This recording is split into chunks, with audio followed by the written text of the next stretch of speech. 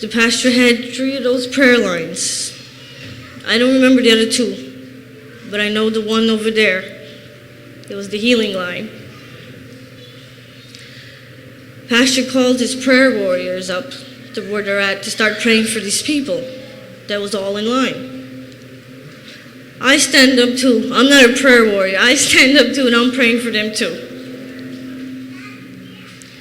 As I'm praying, and I'm really getting into a prayer. I don't know no fancy prayers, but I know I'm praying for these little people. At the same time, I start crying. Because I know tonight after church, I might go to the hospital, which is I am going to go to the hospital after church. I sat back down because the knees were starting to lock because I stand up too long. I got to sit down now. I heard that voice one more time.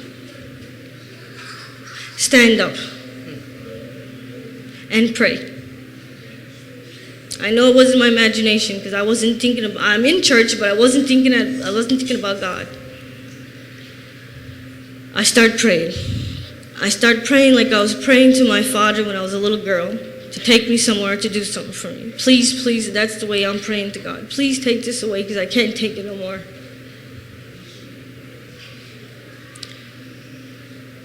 I start praying because I want to go to that prayer line so bad. And I know I limp, and I don't want no one to dichupamande, but he said, limp you, nashti pito. At the same time, I prayed to God, if George can come and get these kids from me, I would go on that prayer line in front of all those people, in front of those strange men. And I would either crawl, skip, jump, sit down halfway, come back. And I know I'm going to get in that prayer line. I felt a tap on my shoulder. It wasn't God. It was George. George came and got the kids. He said, give me the kids and go in prayer line. Now, I could be on fire back there. George won't turn around. God told him to get up and come and get the kids. So now there's no choice for me to get up. There's no excuse. I start walking. Now you gotta imagine, from there to there, it don't seem much. But when you can't walk, it's thousands of miles. I start praying as I was walking out of the line, to the line. I says, Jesus, just take me there. Just get me there in that prayer line. I feel like I'm running, but I'm not running. I know I gotta get to the pasture. I know he's not God, but I know God is telling me to go to him. I gotta get to him. He's blowing on people, and people are just falling. I want that too. I made it to him. At the same time, I'm embarrassed by Gilajo Munji's in front of all these people. I don't know him. I see 2 familiar faces. I see David Dolly's. I grabbed his jacket because that was the end of me. That's when everything was starting to give out. And I see Leo, another familiar face in the crowd that was more comforting for me. I don't remember the pastor touching my head that night. I remember him blowing on me, and I fell. Every time I got up, the pastor blowed on me. Every time I went down, I felt muscles opening.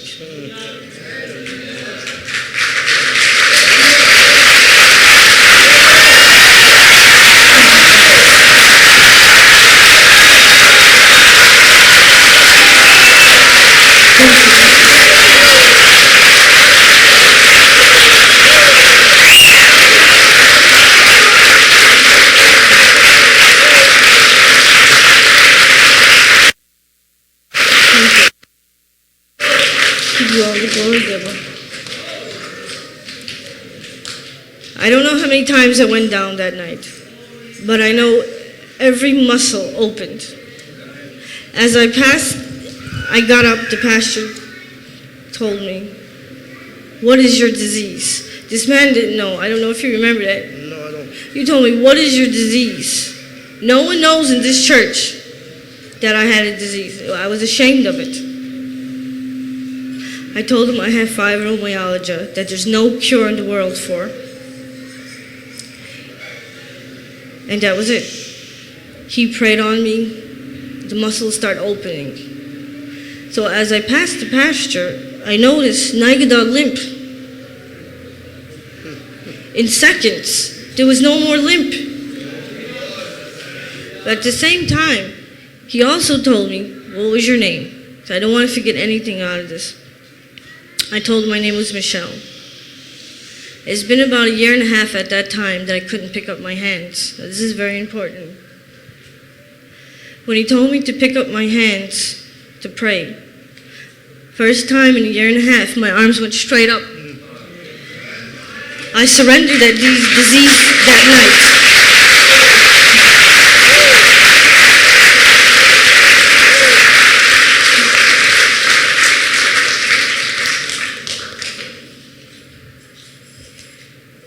You want me to tell them about the doctor? No?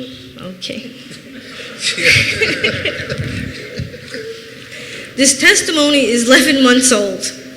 I didn't know when to give it, when I was supposed to, and I didn't want to go back to the doctor. God, by Spirit, leaded me to go to the doctor.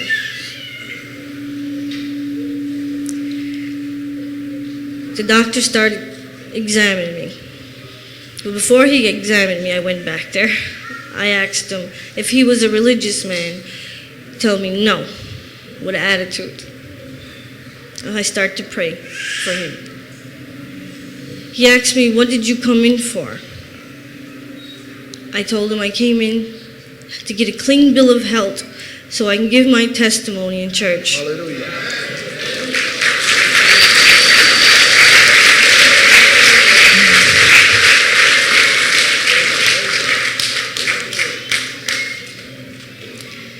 He told me, wait until I give you examination and a full evaluation. He's not a religious man. I told him, okay. He started hitting, not checking, he's hitting. He wants to prove me wrong. He started hitting every pressure point. The last time I did that test, I jumped off the chair. I said, I can't do this no more. And he only hit one. Now he's hitting them with all his strength. He got to the main one in the back. That one was the one that's the main one to the spine. He pressed real hard as he could, Pastor. I went like, well, pain? I said, no, that tickles.